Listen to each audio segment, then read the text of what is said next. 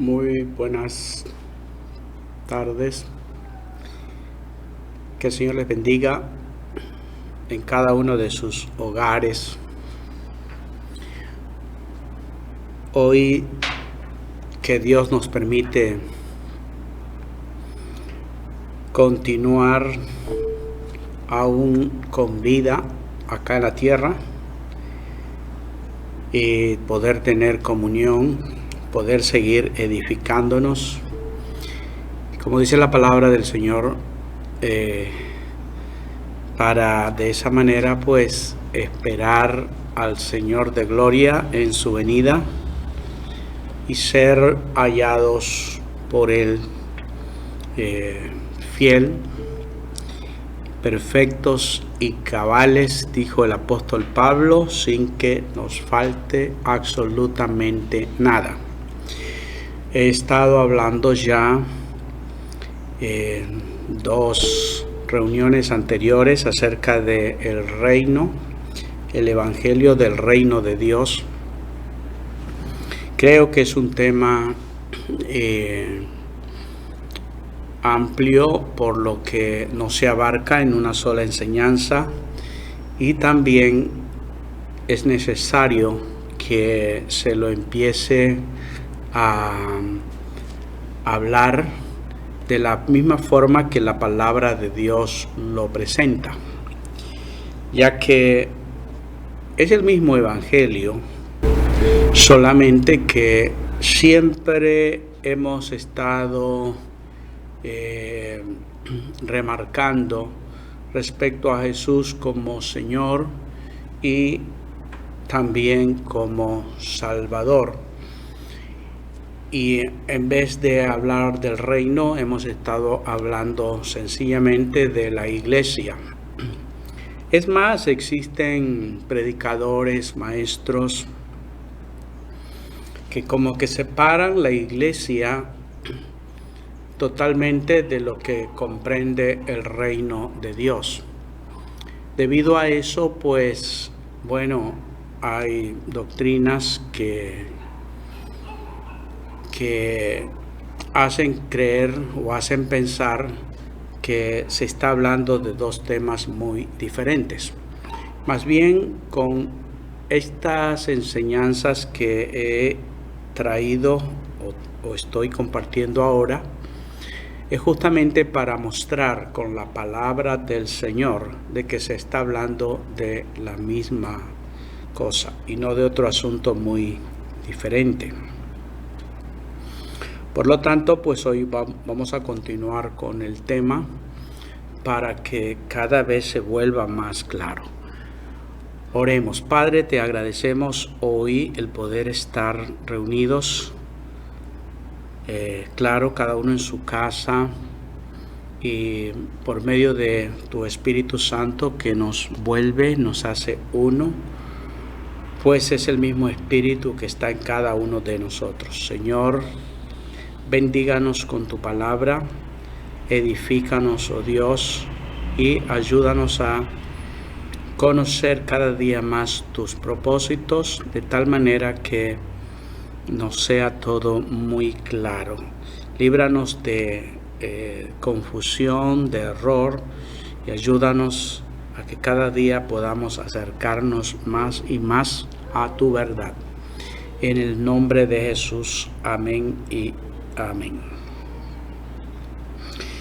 Quiero leer hoy en Lucas 16:16, el Evangelio de Lucas capítulo 16, el verso 16. Dice la palabra: la ley y los profetas eran hasta Juan. Desde entonces el reino de Dios es anunciado y todos se esfuerzan por entrar en él. La ley y los profetas. Esto deja claro que la dispensación del antiguo pacto, o de lo que se considera o se conoce como la ley, llegan hasta Juan. En otra palabra, Juan Bautista es el último de los profetas del antiguo pacto, lo que también podríamos decir de lo que comprende el judaísmo. Por eso es que esta palabra dice esto: la ley y los profetas eran hasta Juan. Pero Juan, siendo el último profeta de una antigua dispensación que prácticamente quedaría atrás, desde allí en adelante se empieza pues a hablar y prácticamente a entrar en una nueva etapa, una nueva dispensación. Desde entonces el reino de Dios es anunciado y todos se esfuerzan por entrar en él. Pues eso es lo que Juan Bautista empezó a predicar: el reino de los cielos se ha acercado. Luego Jesús, pues también él fue el mismo tema, el evangelio del reino de Dios. Y eso significa entonces que estos 2000 años de historia de la iglesia no es otra cosa sino lo mismo: la predicación del evangelio del reino de Dios. La era de la iglesia, o toda la gente que entra a la vida cristiana, entra es al reino de Dios. Por eso la palabra: desde entonces el reino de Dios es anunciado y todos se esfuerzan en entrar por él. ¿En dónde? En el reino de Dios que ha empezado a ser anunciado. Entonces no es correcto, no es bíblico el poder pensar de que la iglesia es una entidad aparte del reino de Dios. Es lo mismo, tiene que ver con el mismo asunto. Cada vez que una persona acepta a Jesús, viene a los pies de Cristo, se bautiza, pues lo único que está ocurriendo es que una persona ha nacido de nuevo para poder ver y entrar en el reino de Dios. El reino tiene un rey y ese rey es el Señor Jesucristo. A veces también se ha enseñado, en parte es así, pero también Jesús es ahora el rey, es el rey. Y se enseña pues que vino ahora como un siervo sufriente, pero que en el futuro vendrá como rey. Entonces, esta palabra o esta manera de enseñar a todos nos hace pensar de que el reino es algo futuro, que no es algo presente hoy. Pero al leer los textos, muchos textos en el Nuevo Testamento, nos podemos dar cuenta que se refiere a lo mismo: nacer de nuevo para poder entrar en el reino de Dios. Es decir, que es algo ya presente en este tiempo y que no es algo que nosotros necesitamos esperarlo. Hoy quiero hablar mayormente sobre este asuntito. Si Jesús es el rey que Dios había prometido primeramente a los judíos, y debido a que los judíos lo rechazaron, pues entonces él se vuelve a los gentiles y empieza a llamar, de tal manera que aquellos que lo aceptan y reciben su señorío o reciben lo que él ofrece, prácticamente vienen a ser parte del reino de Dios.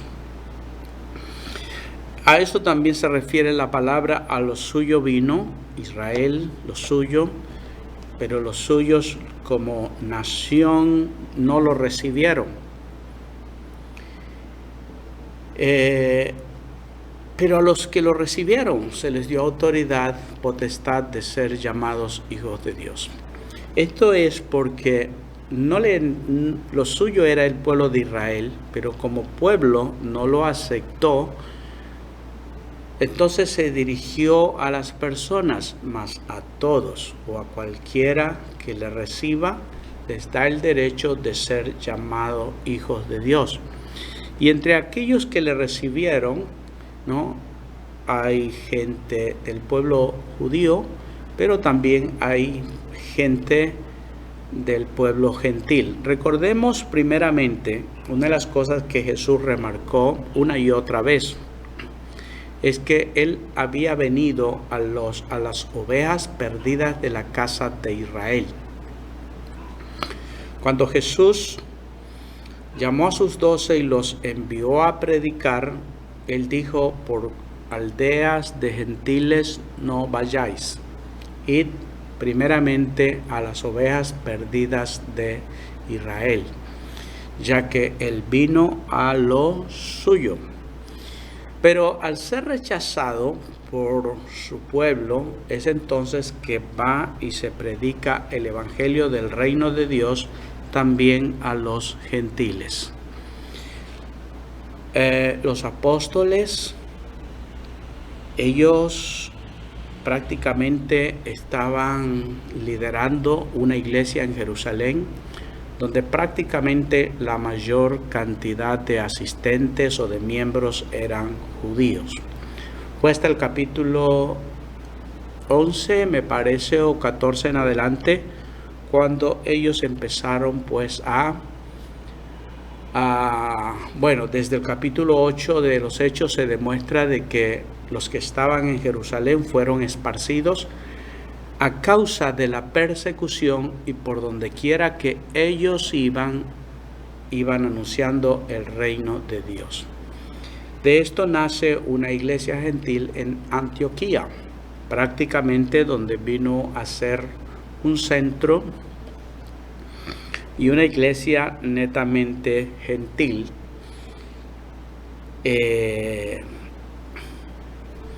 decir, que la mayoría de sus miembros eran gentiles, no eran judíos. Y se empieza pues a hablar a los que le reciban a Jesús como Señor y Salvador.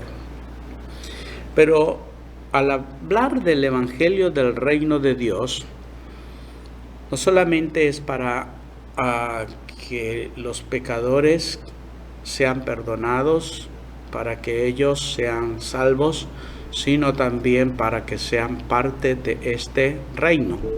Y es la parte en la que muchas veces nos hemos quedado y no hablar o no entender tampoco, por eso no se habla abiertamente del propósito divino, que es establecer el reino del Señor Jesucristo con todos aquellos que creemos, todos aquellos que nacemos de nuevo, todos aquellos que hoy confiamos en Jesucristo, no solamente como Señor y Salvador, sino también que lo hacemos el Rey de nuestras vidas. ¿Por qué los judíos no vieron en Jesús al Rey prometido? ¿Por qué los judíos no aceptaron que Jesús fuera el ungido para ser rey sobre su pueblo? Pues porque ellos esperaban que este rey, lo he dicho ya, tomara el gobierno, se sentara en el trono en Jerusalén, para desde allí empezar la transformación prometida a través de los profetas. Ahora quiero leer en Isaías capítulo 11. Isaías capítulo 11. Voy a leer desde el verso 1 y vamos a explicar un poco sobre este pasaje. Dice: saldrá una vara del tronco de Isaí y un vástago retoñará de sus raíces. Reposará sobre él el espíritu de Jehová, espíritu de sabiduría, espíritu de inteligencia, espíritu de consejo y de poder, espíritu de conocimiento y de temor de Jehová. Sobre el retoño o el hijo que le nacerá a David y el cual será rey sobre Israel, el ungido a quien esperan. Dice que sobre él reposará el Espíritu de Dios. Y ese es el espíritu de sabiduría, inteligencia, de consejo, de poder, de conocimiento y de temor a Dios. Esto es que prácticamente es una persona llena de Dios. Imagínate inteligencia, sabiduría, consejo, poder y espíritu de Dios y de temor a Jehová. Y la palabra dice que el principio de la sabiduría es el temor a Dios. Entonces, si tiene temor a Dios, se está hablando de uno de los reyes más completos y perfectos que estarían gobernando sobre la nación de Israel. Y si seguimos leyendo, podemos darnos cuenta que es perfecto. Dice el verso 3, le haré entender diligente en el temor de Jehová. Dios, el Todopoderoso, Dios el Padre, le hará entender a este ungido, a este rey, con diligencia, con prontitud sobre el temor de Jehová. No juzgará según la vista de sus ojos, ni arguirá por lo que oigan sus oídos. Significa esto que no será una persona que cometerá equivocaciones, que juzgará de acuerdo a lo que está frente a su vista, ni tampoco a lo que oigan sus oídos, sino que conocerá profundamente lo que hay en el corazón de cada una de las personas. Entonces eso como juez lo convierte en el juez justo que estará gobernando no solamente la nación de Israel, sino también el mundo entero. De tal manera que un tipo de rey y gobernante así es lo que tanto necesitamos hoy. Debido a que, cada día, pues, aunque se crean mayores formas de vigilancia para poder saber, quién es el que se mete a robar, hay las cámaras de seguridad, hay tantas cosas de rastreo. Sin embargo, todas estas cosas son burladas. El momento que se crean las cámaras, también se crea la manera, o los mismos que la crean tienen la capacidad de poderlas desactivar. Pero este juez dice que con diligencia entenderá el temor de Dios y no juzgará por lo que vean sus ojos, ni tampoco por lo que oigan sus oídos, sino que juzgará con justicia a los pobres y arguirá con equidad a los mansos de la tierra. Equidad significa que dará a cada uno lo que realmente merece, lo que le toca por su parte, con toda justicia.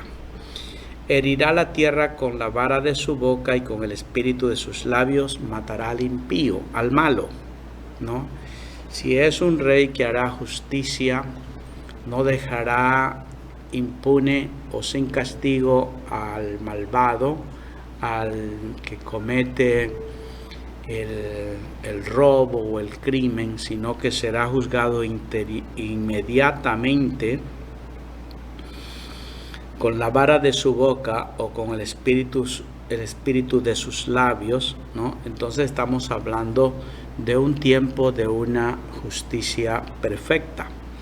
Dice el verso 5, será la justicia cinto de sus lomos y la fidelidad ceñidor de su cintura. Es decir, que es exactamente o perfectamente lo que el mundo necesita hoy para poderlo cambiar y transformar. Hoy vivimos tiempos y momentos donde los que se aprestan para ocupar un cargo de gobierno, creo que más bien todo eso es un tiempo de inventarse cosas, prometer y decir que se van a hacer cambios, pero luego tan pronto se llega al poder, pues se olvida completamente de lo que en campaña ofrecía. Pero en este caso, hablando del Rey y el ungido del Señor, pues si viene directamente de parte del Dios del cielo, significa pues que las cosas serán totalmente distintas y diferentes. Y este es el Rey prácticamente que espera el mundo, este es el Rey que esperan los judíos, este es el Rey que espera la iglesia del Señor. Es una promesa dada por Dios que tendrá su cumplimiento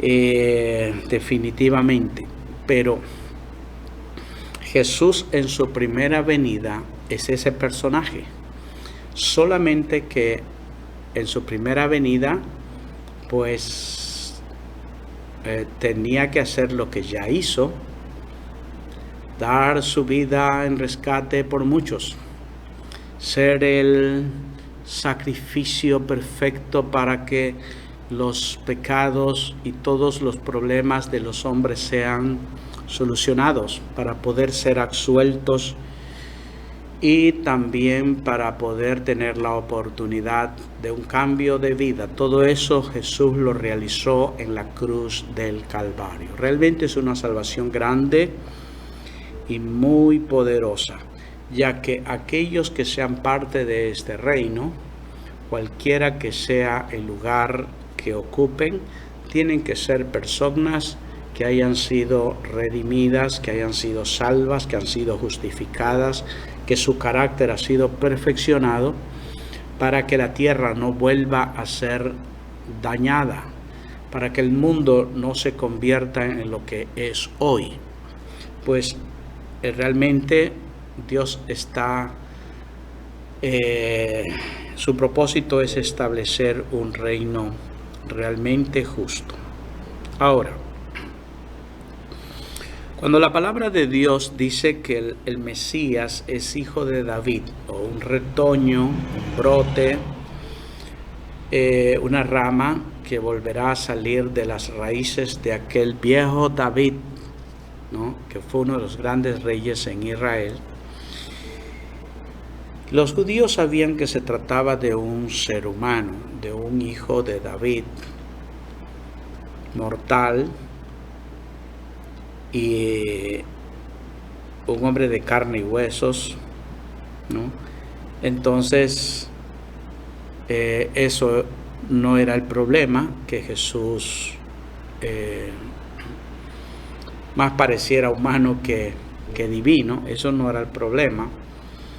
El problema es otro, y yo voy a mostrar hoy en estos momentos sobre los inconvenientes que se tuvieron para dudar de que Jesús fuera el retoño o el hijo de David prometido. El día de hoy muchos judíos saben con exactitud de qué familia provienen, a cuál de las tribus pertenecen sus antepasados, ¿no? Es decir, que mantienen eso justamente porque saben que una de las cosas que Dios ha prometido es una restauración de Israel en todas las áreas. Dice la palabra del Señor que cuando Jesús nació en Belén, y recuerden que vinieron unos magos del oriente preguntando ¿Dónde está el rey de los judíos que ha nacido? ¿Dónde está el rey de los judíos que ha nacido? Esa fue la pregunta, o esa fue la razón por la que ellos se hicieron un viaje del lejano oriente hasta las tierras de Israel, pues habían sido avisados de una forma sobrenatural que el rey había nacido ya en Israel. Muchos entendidos saben que magos, más que gente que haga magia o gente que tenga que ver con cosas que proceden del mal, tiene que ver sencillamente con sabios, pues en la antigüedad habían hombres que se los llamaba sátrapas, sabios o magos o gente entendida y consejeros del rey. Entonces podemos ver que estos eran hombres sabios que esperaban la redención de Israel, anhelaban que el reino de Dios sea establecido, y ellos estaban con un corazón dispuesto, de tal manera que Dios, en su gracia divina, les mostró el tiempo señalado que Jesús, el Rey, había nacido ya en Belén. Cuando esta noticia llega a la ciudad y también a los oídos del rey Herodes, dice la palabra de Dios que se turbó. Herodes se turbó y toda la ciudad de Jerusalén también con él. Pues eso es lo que tanto han estado esperando por siglos: la venida del rey, el establecimiento del rey. Y resulta que en la ciudad acababa de nacer el rey y ellos no lo habían notado, no se habían dado cuenta. Tuvieron que venir unos sabios del oriente para poder decir: nosotros se nos reveló, se nos mostró que Jesús, el rey, ya nació en Belén. Esto hizo pues que Herodes llamara a los sacerdotes, a los escribas, a los entendidos en las escrituras, para que investiguen realmente este rey prometido por Dios, dónde tiene que nacer, si es verdad que en Belén. Y leemos en Mateo capítulo 4, verso 4, dice: convocados todos los principales sacerdotes, fueron convocados. También los escribas del pueblo, y les preguntó dónde había de nacer el Cristo. Se los convocó, se los llamó, se los trajo para que ellos, entendidos en las escrituras, pudieran decir dónde había de nacer el Cristo. Ellos dijeron: en Belén de Judea, porque así está escrito por el profeta: y tú, Belén, de la tierra de Judá, no eres la más pequeña entre los príncipes de Judá, porque de ti saldrá un guiador que apacentará a mi pueblo Israel. Entonces vemos que los escribas y sacerdotes del pueblo conocían las escrituras, sabían a la perfección lo que se decía acerca del Mesías, el rey. Dijeron: está escrito que nacerá en Belén de Judea, así está dicho por el profeta. También dice: y tú, Belén, de la tierra de Judá, no eres la más pequeña entre los príncipes de Judá, porque de ti saldrá un guiador que apacentará a mi pueblo Israel. Apacentar tiene que ver, es un término que tiene que ver con un pastor, un líder, un gobernante que prácticamente cuidará del pueblo de Dios, del pueblo de Israel. Entonces, estas son escrituras que tienen que ver prácticamente con el Mesías, el rey prometido. Y ellos citaron las escrituras, citaron a los profetas lo que habían escrito, ¿no? La expresión de ti me saldrá un guiador, ¿no? Esa palabra significa caudillo o gobernador, ¿no? Un rey regirá a mi pueblo, lo gobernará. Y después de esta investigación parece que no se ahondó más el asunto, solamente una vez que se reunieron a estos escribas y sacerdotes, se les preguntó, lo dijeron y se quedó el asunto allí. Porque incluso el rey Herodes les dijo a los sabios, vayan, búsquenlo y cuando lo encuentren, hágamelo saber para yo también ir a adorarlo. De hecho, ellos fueron, avanzaron y lo encontraron. Encontraron a Jesús, encontraron al Mesías. No encontraron a otro, lo encontraron a Él, porque de Él se habla la Escritura. Él es el Rey, Él es el Mesías que el pueblo de Dios siempre rechazó. Que cuando nació ni siquiera se dieron cuenta que había nacido. Recuerden que Herodes dijo, cuando ustedes lo encuentren, vuelvan por aquí y háganme saber para ver dónde está. Pero dice la palabra que ellos fueron avisados por el Señor de que no le trajeran la noticia a Herodes, porque Herodes no lo quería adorar, Herodes lo quería matar. Así que se fueron de regreso por otro camino. Es cuando dice la palabra del Señor que Herodes, al verse burlado por los magos, se enojó tanto que dijo, igual me voy a deshacer de él. Así que da un edicto, una ley, donde manda a matar a todos los niños de 2 años hacia abajo, más o menos calculando el tiempo en que la estrella le había aparecido a los magos. Esto es algo que debemos de meditarlo bien. ¿Por qué 2 años? Cuando los magos vieron la estrella en el oriente, ellos supieron que el rey había nacido. Así que ellos se hicieron un viaje en camello, no sé, pues no existían los medios de transporte que hoy en horas puedes transportarte en poco tiempo, en pocas horas, estar a muchas millas en otro lado. Entonces los magos dieron a entender de que fue más o menos 2 años hacia atrás. Y en base a eso es que Herodes da la orden de que niños de 2 años hacia abajo, porque alrededor de ese tiempo habían visto la estrella, ¿no? Esto nos muestra claramente que Jesús ya no debió estar en el pesebre. En el pesebre lo encontraron los pastores, no los magos.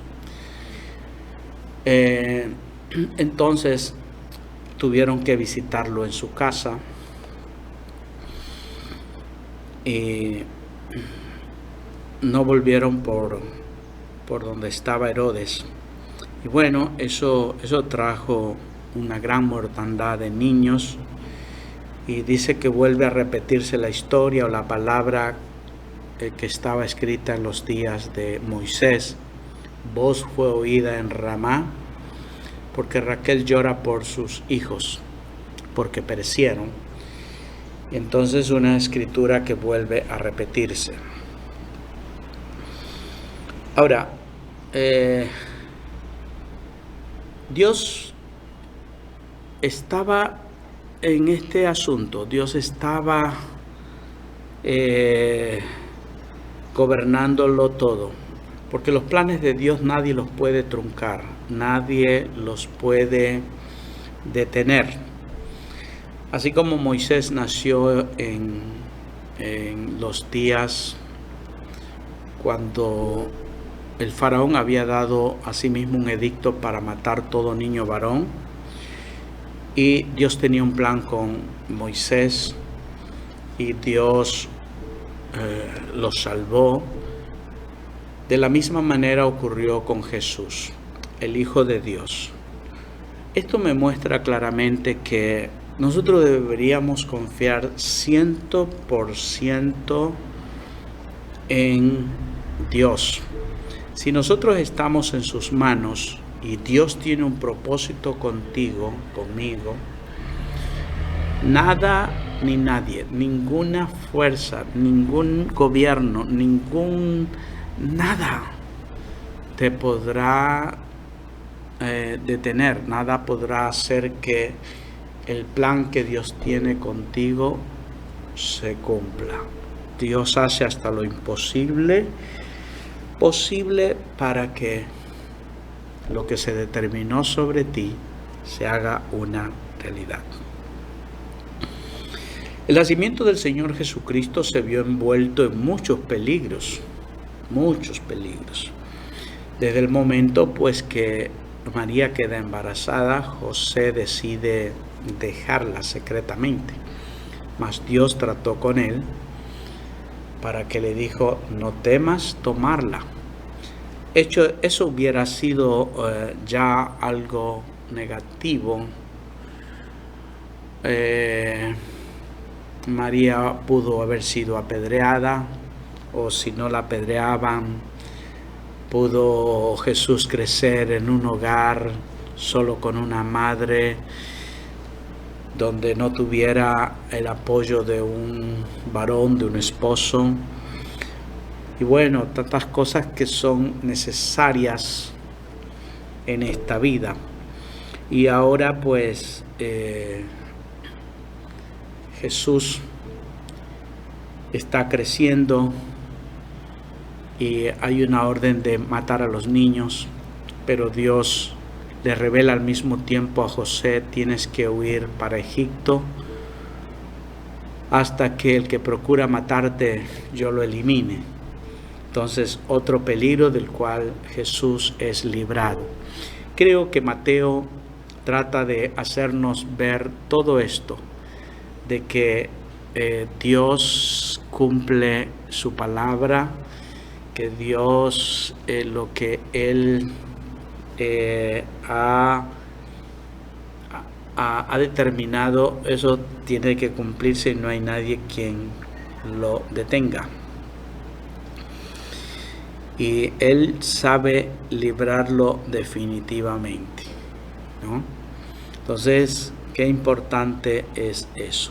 Ahora, hay algo que necesitamos nosotros entender con claridad. ¿Cuándo nació Jesús? No lo sabemos, o no se sabe con exactitud, porque simplemente nacía un niño más, ¿no? Pero al decir, pues bueno, pero si se supo que se refería a este Jesús que nació en Belén, es mucho más fácil poder determinar la exactitud de su palabra. Es que no es eso solamente. Parece que una vez que se dio muerte a los niños, pues todo se quedó tranquilo, no se siguió investigando a la final quién es ese rey, en dónde está. Pero usted dirá, ¿y con Jesús? Ese es el problema que quiero hoy mostrarte. En Lucas 3:23 dice la palabra esto. Lucas 3:23. Jesús mismo, al comenzar su ministerio, era como de 30 años. Mira que no dice una edad exacta. Era como de 30 años. Hijo, según se creía, de José. ¿Quién creía? Hijo, según se creía, de José.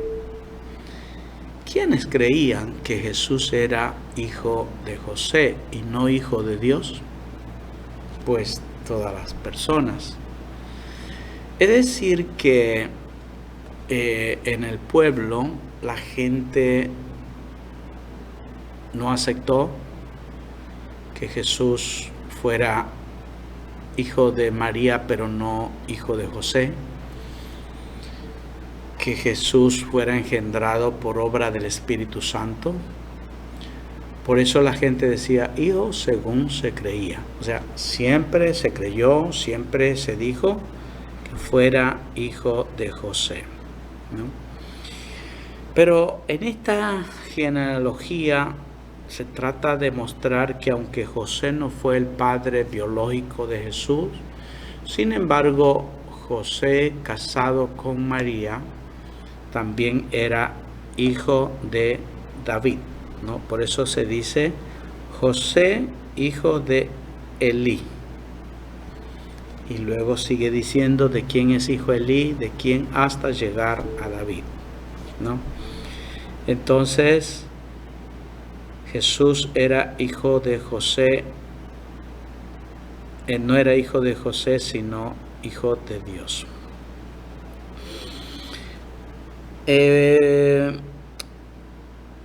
Debido a esto de que se lo quiso eliminar, guiado por el Espíritu Santo de Dios, José lo lleva a Jesús a Egipto por algún tiempo, y al regresar nuevamente fueron guiados por Dios para que viviera en Galilea. Eso lo dice Mateo 2:22.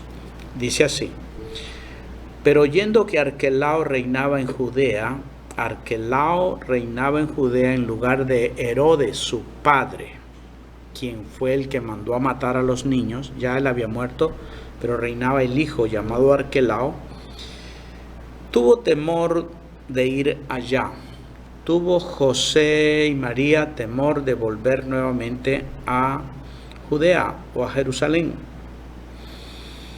Pero avisado por revelación en sueños, se fue a la región de Galilea, a vivir a la zona norte del país, y vino y habitó en la ciudad que se llama Nazaret, para que se cumpliese lo dicho por los profetas, que habría de ser llamado Jesús Nazareno.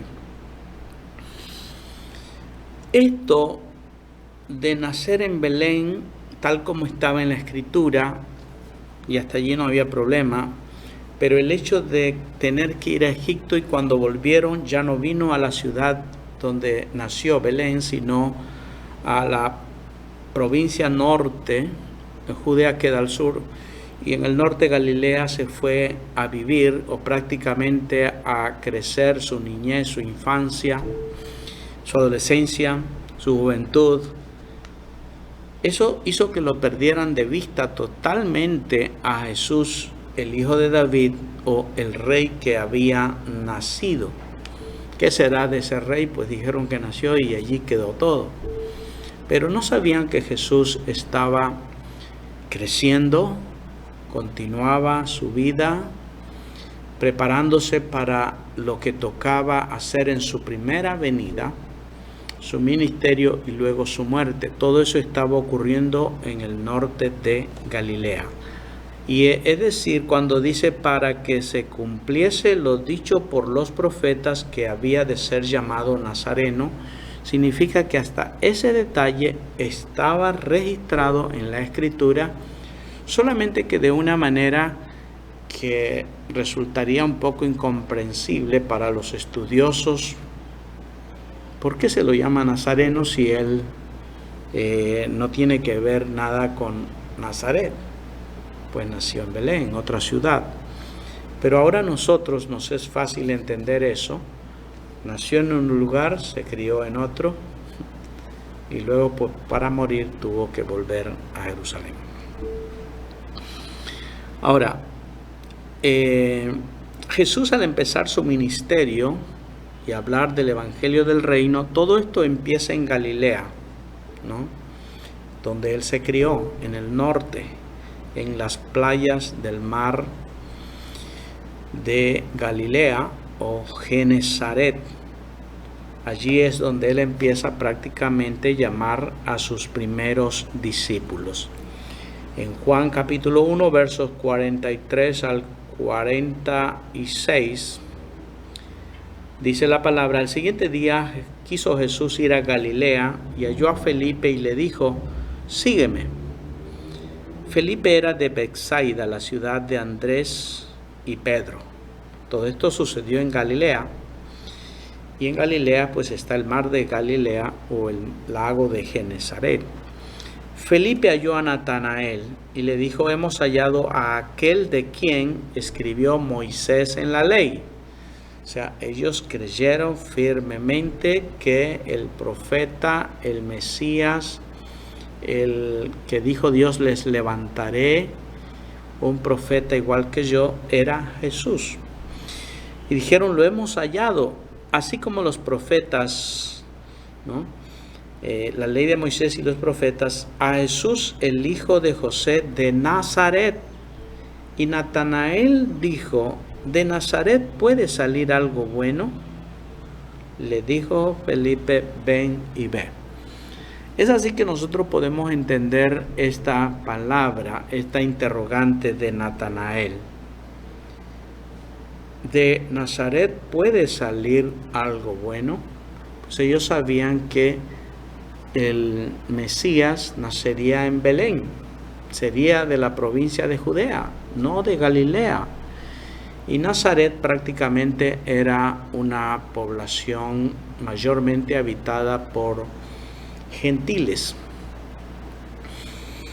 Entonces, por eso esta gran pregunta: ¿de Nazaret puede salir algo bueno? Y Felipe le dijo: ven y ve. Ven y ve. Ahora, vamos a Juan 7:37. Dice: en el último y gran día de la fiesta, Jesús sube a una de las fiestas. Jesús se pone en pie y alza su voz a la multitud y dice: si alguno tiene sed, venga a mí y beba.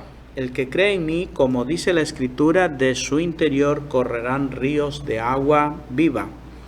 Esto dijo del Espíritu que habían de recibir los que creyesen en él, pues aún no había venido el Espíritu Santo, porque Jesús no había sido aún glorificado. Dice: esto de venir a mí y beber para que de su interior corran ríos de agua viva se refería a sobre la llenura del Espíritu Santo, sobre la venida del Espíritu Santo, que sabemos sucedió en Pentecostés. Tenía que Jesús morir, resucitar, ser glorificado para que esta palabra pudiera cumplirse. Por lo tanto, estaba hablando de algo futuro. Jesús no había sido aún glorificado. Verso 40. Entonces algunos de la multitud, oyendo estas palabras, decían: verdaderamente este es el profeta. Otros decían: este es el Cristo, el Mesías, el ungido. Pero algunos decían: ¿de Galilea ha de venir el Cristo? ¿No dice la Escritura que del linaje de David y de la aldea de Belén, de donde era David, ha de venir el Cristo? Entonces, mira, todo eso provocó una confusión a tal punto que se dudara que Jesús fuera el Mesías, porque prácticamente se le estaba llamando Jesús el Nazareno por ser procedente de Nazaret, sin entender que se cumplió exactamente la profecía de que nació en Belén. Pero por cuestiones de Herodes, que lo quiso matar, tuvo que huir a otro lado y luego regresar a Nazaret, donde fue guiado, y también para que se cumplieran un montón de escrituras, ¿no? Que Galilea, tierra de los gentiles, aunque se encontraba en oscuridad, pudiera ver gran luz, es decir, que de allí saldría el ministerio del Señor Jesucristo. Entonces, aparentemente no habían coincidencias respecto a Jesús, ¿no? Y el problema era que no se miraba todo el contexto de las Escrituras. Hoy también Jesús está por volver. acerca de su venida hay mucha confusión debido a que se toma una escritura aquí, otra acá, y muchos no saben cómo armar todo ese rompecabezas, tienen ideas que no cuadran y bueno, allí está todo el problema. Y es más, muchos maestros o muchos líderes están diciendo, no, esas cosas son imposibles de saber. Bueno, Dios no es un Dios de confusión, Dios es un Dios de claridad, de orden. El asunto está en conocer un poquito más perfectamente las Escrituras. Por eso es que se nos manda a escudriñar de ella día y noche, ¿no? Ya que el estar allí hará que cada uno de estos pasajes vayan empalmándose, cuadrándose y puedas ir entendiendo. Casualmente lo que te estoy explicando texto a texto hoy muestra claramente lo que puede o lo que causó una confusión en los judíos de aquel tiempo. Lo mismo está pasando en el día de hoy. Por eso es necesario que yo te hable con textos y aclare que Jesús es el Rey, que ya vino y que habló de ir y regresar.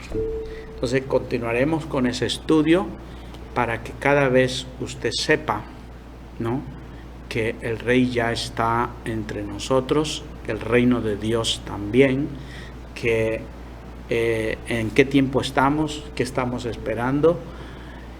Son cosas que necesitamos tener con suma claridad. ¿Por qué hoy día nosotros oramos y estamos viendo la gracia de Dios, la respuesta de Jesús a nuestras oraciones? Sencillamente porque Él está con nosotros. El reino de Dios ya está entre nosotros, se está manifestando, ¿no? Nosotros somos parte de ese reino, solamente que falta una estocada final donde Jesús literalmente será nuestro Rey, nuestro caudillo, nuestro libertador, quien traerá justicia y juicio, justicia perdurable a cada uno de sus hijos. En este momento de la historia que estamos viviendo, vemos tanta maldad, tanta crueldad. La maldad entronada en el corazón de los gobernantes y queriendo llevar a la humanidad entera hacia eso, pues nos aterra a quienes conocemos a un Dios justo, santo y que trata de que nosotros también tengamos su carácter y vivamos como Él quiere que vivamos. Entonces, eso lo anhelamos y Dios es fiel para cumplir lo que Él ha prometido. Así que sigamos en las manos de Él, confiando en que Él lo hará. Te invito a que hagamos una oración. Espero que esta palabra haya traído firmeza, esperanza, confianza en nuestro poderoso Dios, capaz de cumplir cada una de sus promesas. Padre, te damos gracias en este día. Gracias, Señor, porque tú nos dejaste escrito y aclarado todo en tu palabra. El problema solamente está en que no somos estudiantes diligentes de tus verdades, y eso nos priva de ser gente que sabe trazar bien la palabra de verdad. Y muchos se confunden, muchos tienen ideas equivocadas acerca de su primera venida como también de su segunda venida. El reino de Dios ya está entre nosotros, somos parte de ese reino. Es más, tu palabra dice que nuestros nombres están inscritos en el libro de la vida, de tal manera que todos aquellos que estamos inscritos, pues reconocemos al único y soberano Rey sobre los reyes de la tierra, al Señor Jesús. Hoy día, Señor, estamos aquí delante de ti y oramos porque tú bendigas cada una de nuestras vidas. Bendice cada hogar hoy, Señor, cada familia, Padre, que a través de esta palabra podamos tener esa absoluta confianza de que tú eres nuestro Dios, nuestro ayudador y aún nuestro proveedor. Sana al que está enfermo ahora mismo, Señor, porque uno de tus propósitos de ir a la cruz fue llevar la enfermedad y el dolor para que hoy por la palabra de fe declaremos y decretemos salud en tu nombre. Gracias te damos, Señor, por todo. En Cristo nuestro Señor y Salvador. Amén y amén. Bendiciones.